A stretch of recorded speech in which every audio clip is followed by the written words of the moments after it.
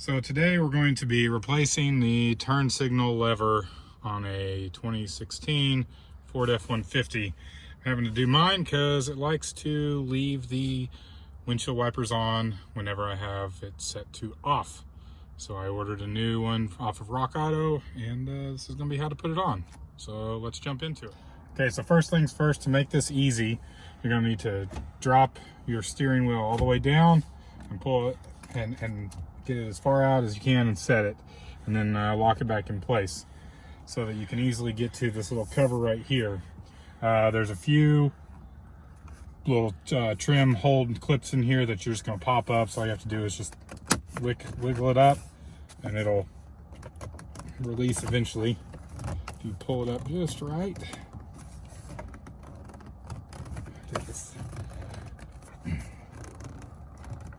There we go.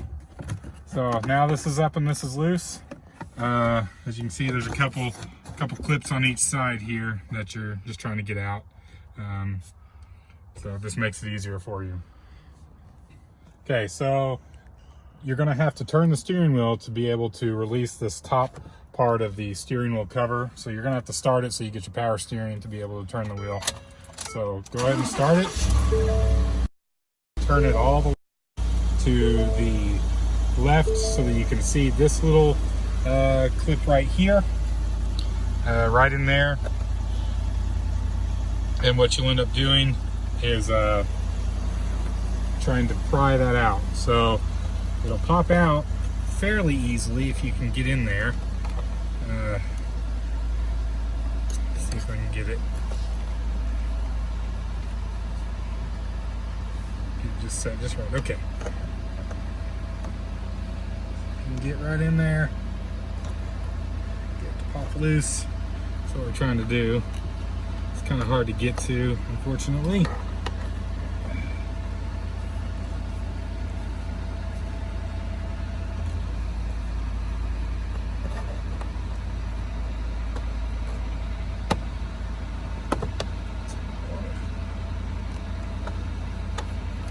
Let's do it this way. This way is the easier way.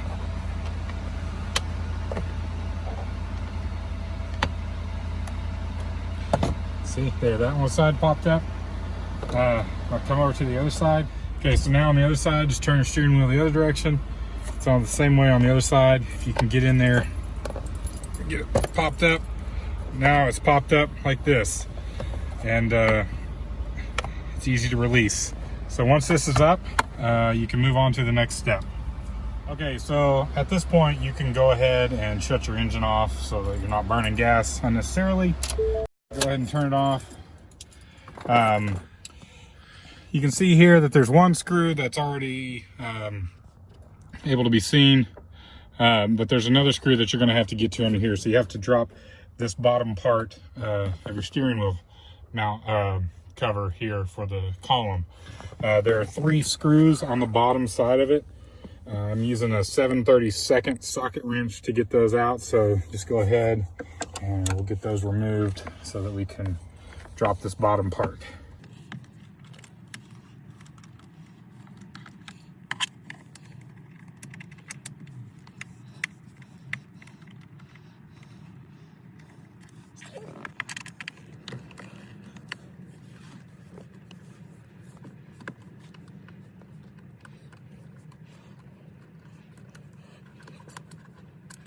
Now that those 3 are there, this should pop down just enough that now you can see that second screw that is exposed.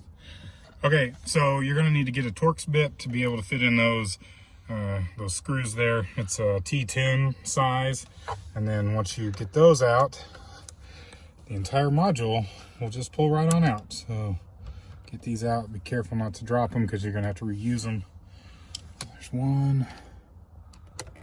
The second one.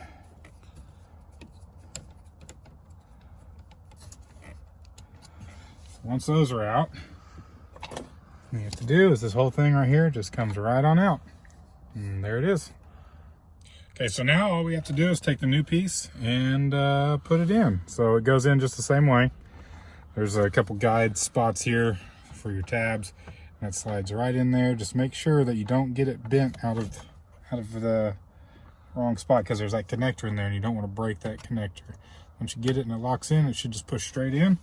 And then you run your 2 screws that you took out of the old one into the new one. So I'm gonna go ahead and do that and get it all tightened back in there.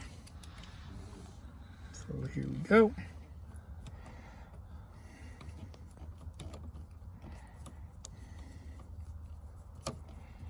You don't want to get them too tight, you just want them snugged in there, because if you get them too tight, you might break the plastic.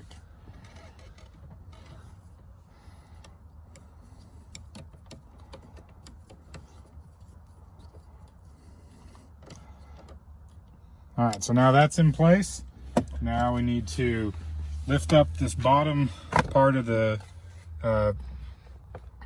steering wheel column cover.